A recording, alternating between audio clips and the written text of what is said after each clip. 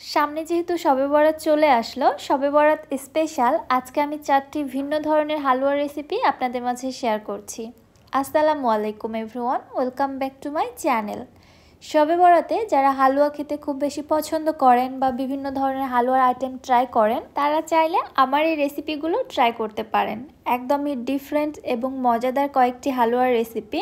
চলুন তাহলে রেসিপিগুলো দেখে আসি।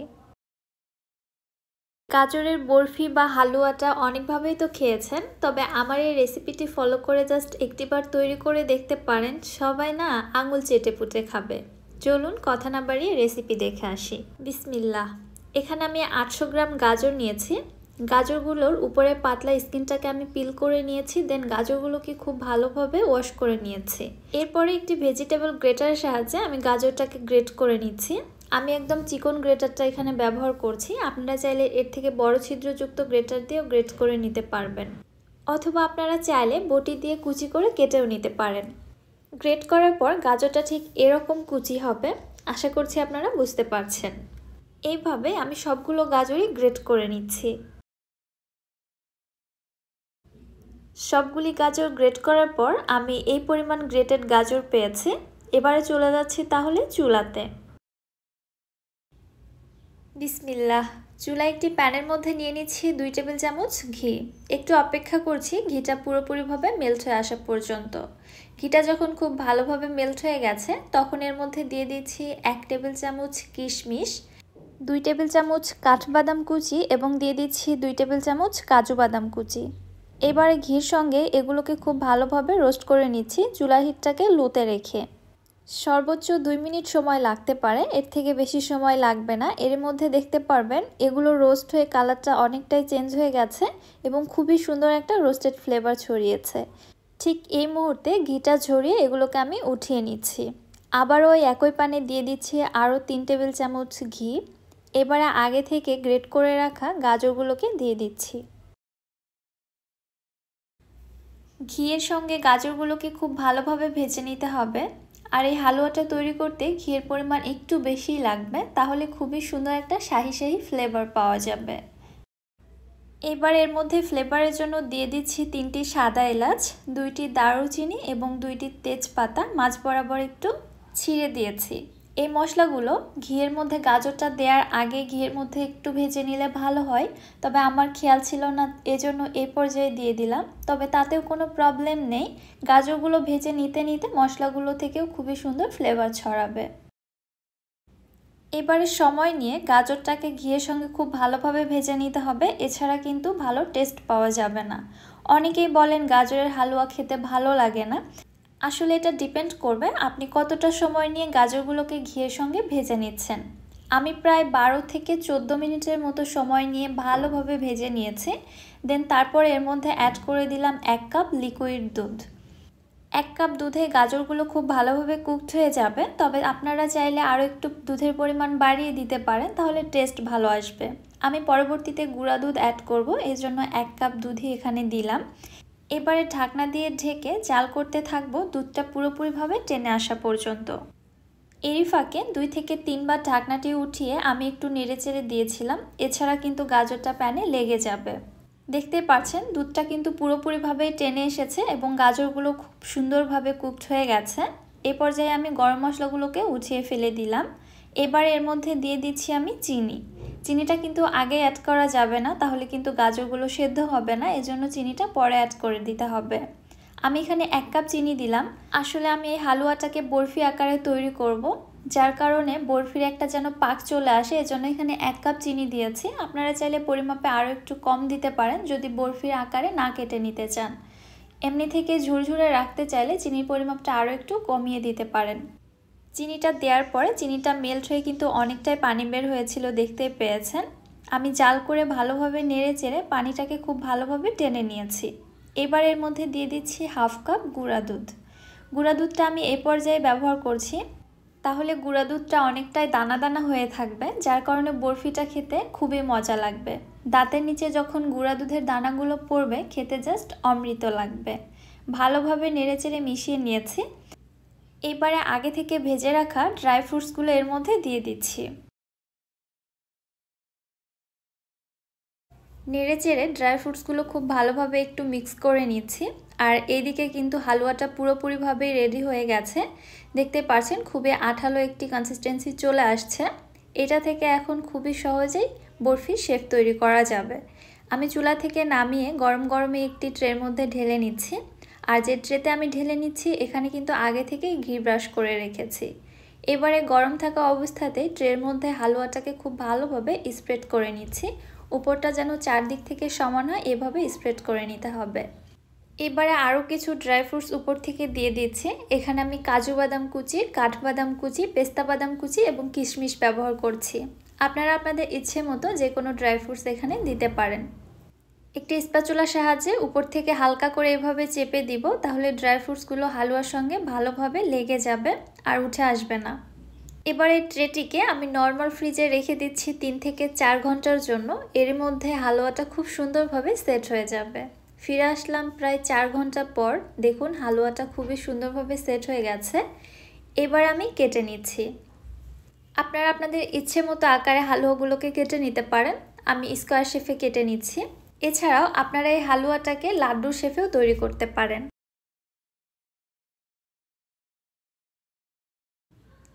এই তো বরফিটা কত সুন্দরভাবে সেট হয়েছে দেখুন।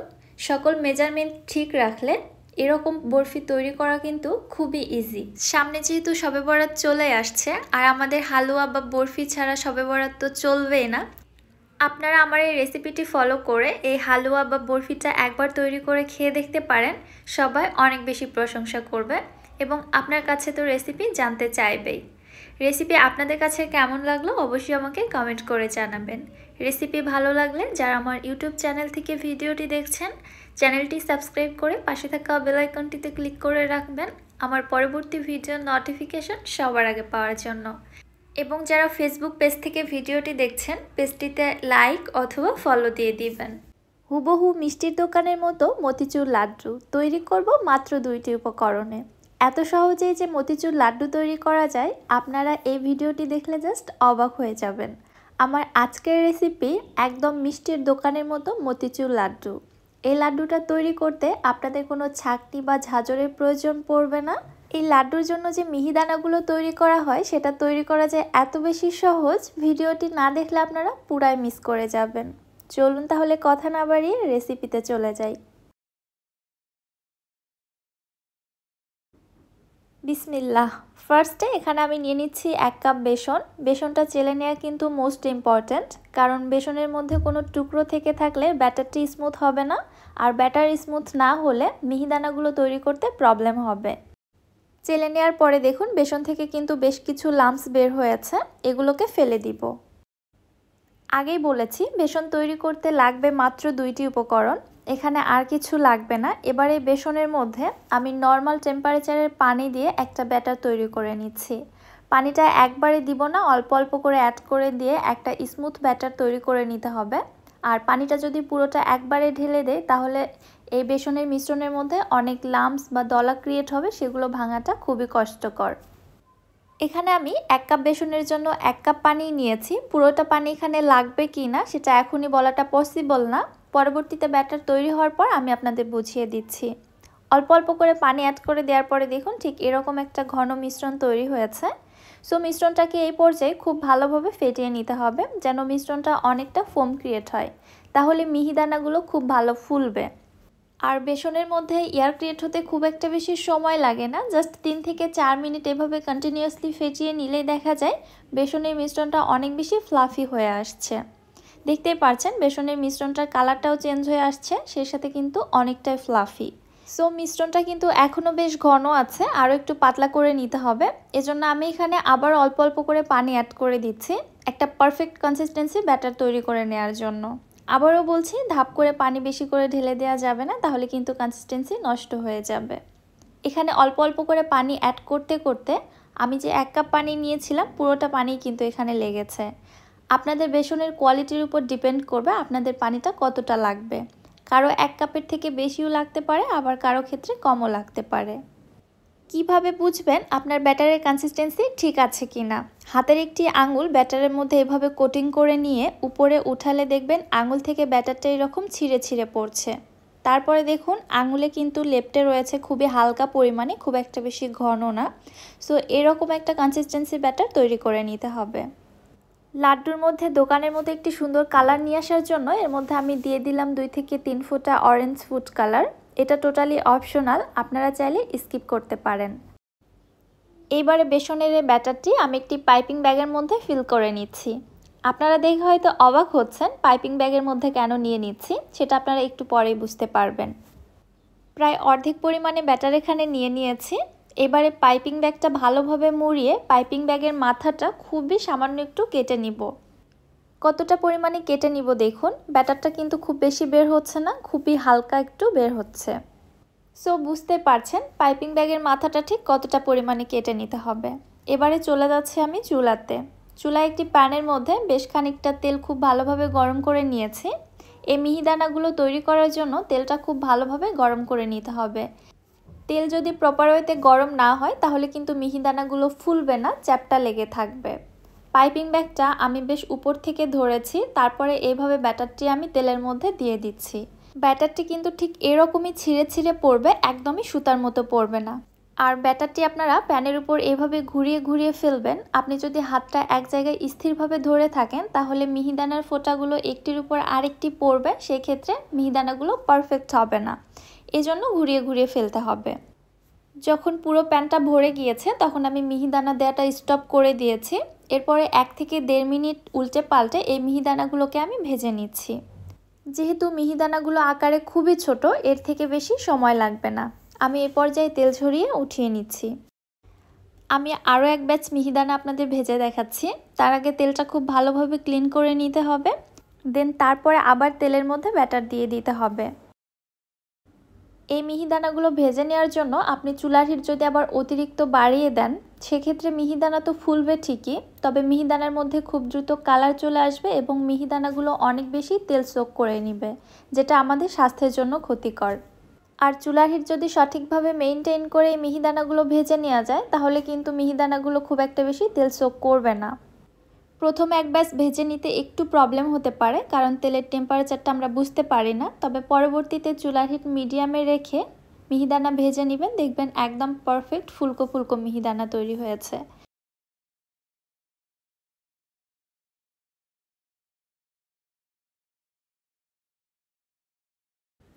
এইভাবেই আমি সম্পূর্ণ ব্যাটার থেকে এতগুলো মিহিদানা তৈরি করে নিয়েছি। দেখতেই কত সুন্দর লাগছে তাই না, একদম মুক্তার দানার মতো। আর প্রত্যেকটি মিহিদানা এত বেশি গোল ফুলকো হয়েছে, জাস্ট দেখুন।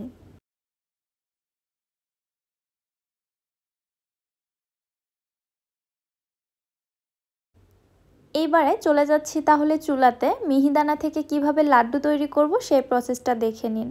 চুলায় একটি প্যানের মধ্যে নিয়ে নিচ্ছি 1.5 কাপ চিনি। 1.5 কাপ চিনির জন্য এখানে আমি দিয়ে দিচ্ছি 3/4 কাপ পানি। 3/4 কাপ বলতে বোঝায় 1 কাপের 4 ভাগের 3 ভাগ। এই লাড্ডুগুলো তৈরি করার জন্য চিনির শিরাটা পাতলা করা যাবে না, একটি ঘন শিরা তৈরি করে নিতে হবে।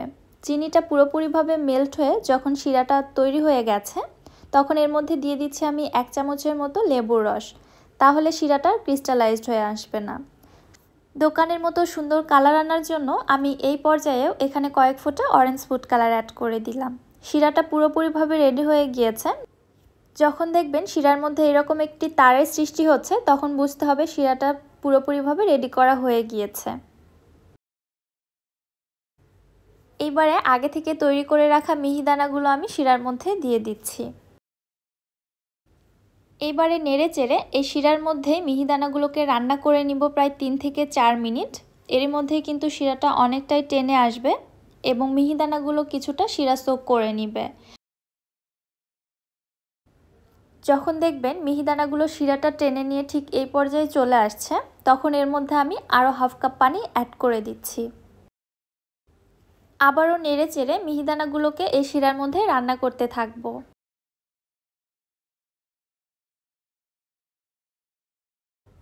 রান্না করতে করতে যখন এই শিরাটাও এমন টেনে এসেছে, মিহিদানাগুলো কিছুটা ঝুরঝুরে হয়ে আসছে, এ পর্যায়ে আমি দিয়ে দিচ্ছি আরও 1/4 কাপ পানি। আপনাদের মনে হয়তো প্রশ্ন জাগতে পারে পানিটা এভাবে কেন দিচ্ছি, একবারে দিয়ে দিলেই তো পারতাম। এখানে যদি বেশি পরিমাণে পানি দিয়ে শিরাটা পাতলা করে তৈরি করতাম তাহলে মিহিদানাগুলো শিরাতে দেওয়ার সঙ্গে সঙ্গে মিহিদানাগুলো একদম গলে যেত।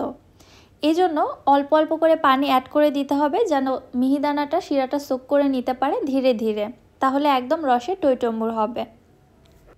শিরাটা যখন পুরোপুরিভাবে টেনে গেছে তখন এর মধ্যে আমি দিয়ে দিলাম 1 টেবিল চামচ ঘি। এতে করে লাড্ডুর মধ্যে যেমন ঘিয়ের সুন্দর একটা স্মেল পাওয়া যাবে, সেই সাথে যখন আমরা লাড্ডুর শেপটা দিয়ে দিব আমাদের হাতের সঙ্গে আর লেগে আসবে না, খুবই ইজিলি শেপটা দেয়া যাবে। লাড্ডু তৈরি করার জন্য এখন আমার এই মিশ্রণটা পুরোপুরি রেডি। মিহিদানাগুলো দেখুন শিরা খেয়ে কত বেশি রসালো হয়ে আছে। এবারে এগুলো আমি চুলা থেকে নামিয়ে অন্য একটি পাত্রের মধ্যে ট্রান্সফার করে নিচ্ছি। কিছুক্ষণ একটু অপেক্ষা করব অতিরিক্ত গরম ভাবটা বের হয়ে যাওয়ার জন্য। যখন হাতে টাচ করা যাবে একটু গরম থাকা অবস্থাতেই আমি লাড্ডুর শেপগুলো তৈরি করে নিচ্ছি।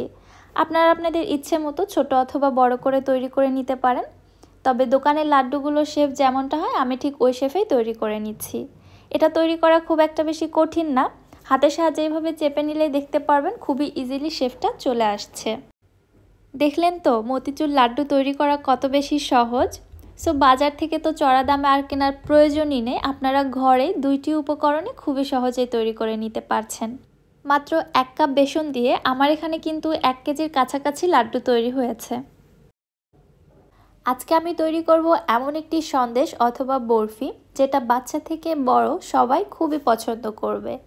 এই বরফিটা তৈরি করতে ছানা কাটার কোনো ঝামেলা নেই, একদম ইনস্ট্যান্ট তৈরি করা যায় আর খেতে তো খুবই বেশি মজা। আপনারা একবার বানিয়ে খেলে বারবার এই বরফিটাই বানাতে চাইবেন, কারণ তৈরি করা যেমন সহজ খেতে তো আরও বেশি মজা।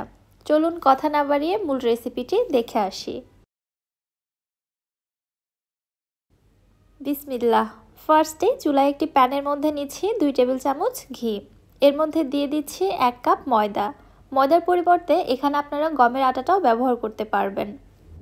এবারে ঘিয়ের সঙ্গে ময়দাটাকে কিছুক্ষণ ভেজে নিচ্ছি, ময়দার কালারটা চেঞ্জ হয়ে আসা পর্যন্ত এবং সুন্দর একটা স্মেল বের হওয়া পর্যন্ত। প্রথম দিকে দেখা যাবে ময়দাগুলো দলা বেঁধে রয়েছে, তবে এইভাবে নেড়েচেড়ে ভেজে নিতে নিতে দেখতে পারবেন খুবই সুন্দরভাবে ঝুরঝুরে হয়ে গেছে এবং ময়দাটা খুব ভালোভাবে ভেজে কালারটাও চেঞ্জ হয়ে গেছে, সেই সাথে খুবই সুন্দর একটা রোস্টেড ফ্লেভার পাবেন। তখন বুঝে নিতে হবে ভেজে নেওয়া হয়ে গিয়েছে, তবে অতিরিক্ত ভেজে আবার ময়দা পুড়ে ফেলানো যাবে না। ভেজে নেওয়া ময়দাটা এবার চুলা থেকে নামিয়ে এক সাইডে রেখে দিচ্ছি এবং ওই একই পানে দিয়ে দিচ্ছি আবার 1 টেবিল চামচ চিনি, সাথে দিয়ে দিচ্ছি 1/2 কাপ পানি। এইবারে নেড়েচেড়ে অপেক্ষা করছি চিনিটা পুরোপুরিভাবে মেল্ট হয়ে শিরাটা ফুটে ওঠা পর্যন্ত। এই শিরাটা পাতলা হবে না, ঘন করেই তৈরি করে নিতে হবে, এজন্য এখানে 1 কাপ চিনির জন্য 1/2 কাপ পানি ব্যবহার করা হয়েছে। শিরাটা যখন ফুটে উঠেছে ওই মুহূর্তে আমি চুলাটাকে অফ করে দিয়েছি। এবারে আমি এর মধ্যে দিয়ে দিচ্ছি 1 কাপ গুঁড়া দুধ। যেহেতু আমার এটা ইলেকট্রিক চুলা, চুলাটা বন্ধ করে দেওয়ার পরেও কিছুটা হিট রয়ে গেছে, এজন্য কিন্তু শিরাটা ফুটছে। ফ্লেভারের জন্য দিয়ে দিলাম 1/4 টিস্পুন এলাচের গুঁড়া এবং আগে থেকে ভেজে রাখা ময়দাগুলোও দিয়ে দিলাম। এবারে সব কিছু নেড়ে চেড়ে একটি স্মুথ মিশ্রণ তৈরি করে নিচ্ছি। মেশানোটা একটু প্রবলেম মনে হতে পারে, তবে মেশাতে মেশাতে দেখতে পারবেন মিশ্রণটা অনেক বেশি স্মুথ টেক্সচারে চলে আসছে।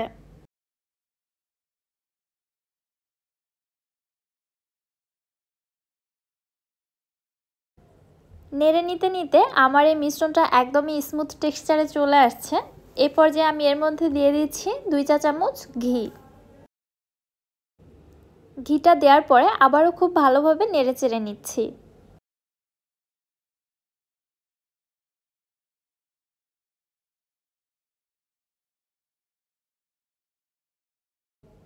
এখন দেখুন মিশ্রণটা কত বেশি সফট হয়েছে এবং প্যানের গা ছেড়ে দিয়েছে। এবারে আমি এই মিশ্রণটাকে সমান 2 ভাগে ভাগ করে নিচ্ছি। এখান থেকে অর্ধেকটা পরিমাণে মিশ্রণ আমি উঠিয়ে রেখে দিচ্ছি এক সাইডে,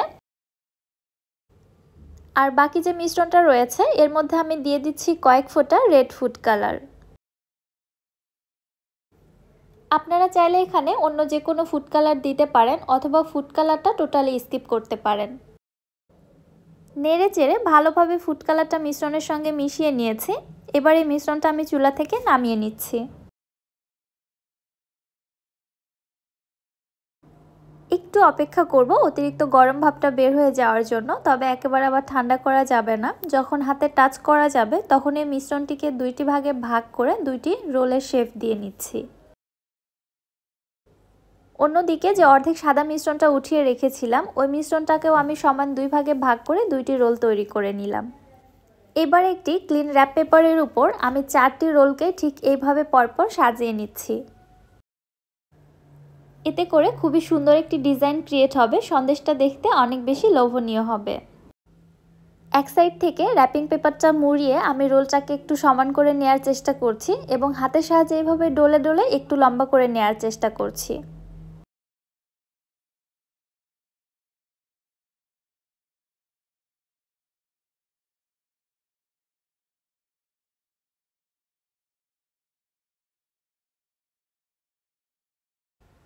রোলের মাথা দুটোকে খুব ভালোভাবে বন্ধ করে দিয়ে এবার এই রোলটিকে আমি নর্মাল ফ্রিজে রেখে দিচ্ছি 1 ঘন্টার জন্য। এরই মধ্যে সন্দেশ বা বরফিটা খুব ভালোভাবে সেট হয়ে আসবে, পরবর্তীতে কেটে নিতে সুবিধা হবে। ফিরে আসলাম 1 ঘন্টা পর। আমার এই বরফি বা সন্দেশটা খুবই সুন্দরভাবে সেট হয়ে গেছে। এবার আমি একটি নাইফের সাহায্যে সন্দেশটাকে কেটে পিস করে নিচ্ছি।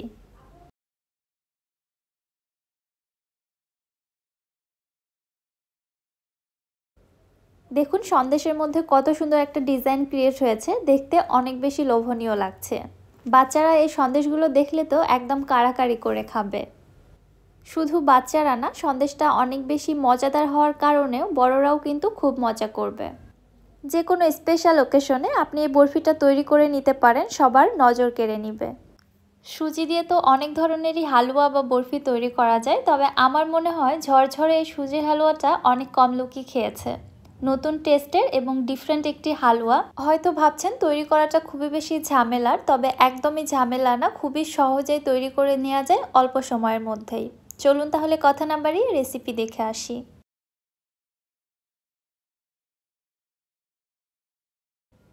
বিসমিল্লাহ। ফার্স্টে চুলায় একটি প্যানের মধ্যে নিচ্ছি 1 কাপ সুজি। এবারে শুকনো খোলাতে সুজিটাকে আমি খুব ভালোভাবে ভেজে নিব।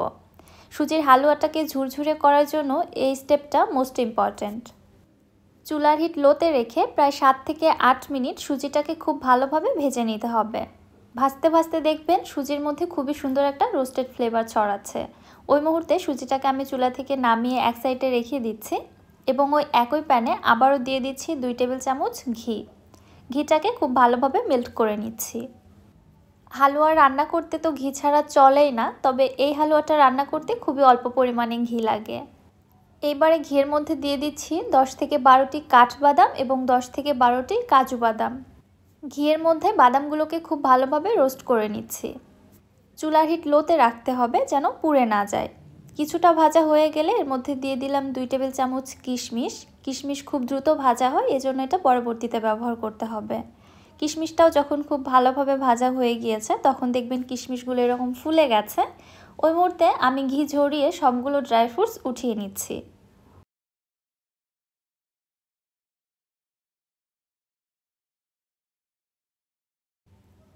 এবারে ঘিয়ের মধ্যে দিয়ে দিচ্ছি ফ্লেভারের জন্য 3টি সাদা এলাচ এবং 2টি দারুচিনি। ঘিয়ের সঙ্গে এগুলোকেও কয়েক সেকেন্ডের জন্য ভেজে নিচ্ছি। এবারে আগে থেকে ভেজে রাখা সুজিগুলোকে দিয়ে ঘিয়ের সঙ্গে আবারও খুব ভালোভাবে ভেজে নিচ্ছি। এই পর্যায়ে 4 থেকে 5 মিনিট নেড়েচেড়ে খুব ভালোভাবে ভেজে নিতে হবে। আমি আবারও বলছি, সুজির হালুটাকে ঝুরঝুরে করতে চাইলে এইভাবে ভেজে নেওয়াটা কিন্তু খুবই ইম্পর্ট্যান্ট। আপনি যত সময় নিয়ে ভেজে নিতে পারবেন হালুয়াটা তত বেশি ঝুরঝুরে হবে। এবার আমি এর মধ্যে দিয়ে দিচ্ছি 1/2 কাপ চিনি। চিনিটা আপনারা আপনাদের টেস্ট বুঝে দিবেন কমিয়ে বাড়িয়ে, তবে আমার কাছে এই মিষ্টিটা একদম পারফেক্ট লেগেছে। চিনি দেওয়ার পরে আবারও সুজিটাকে 6 থেকে 7 মিনিটের জন্য ভালোভাবে ভেজে নিচ্ছি চুলার হিট মিডিয়াম টু লোয়ের মাঝামাঝি রেখে।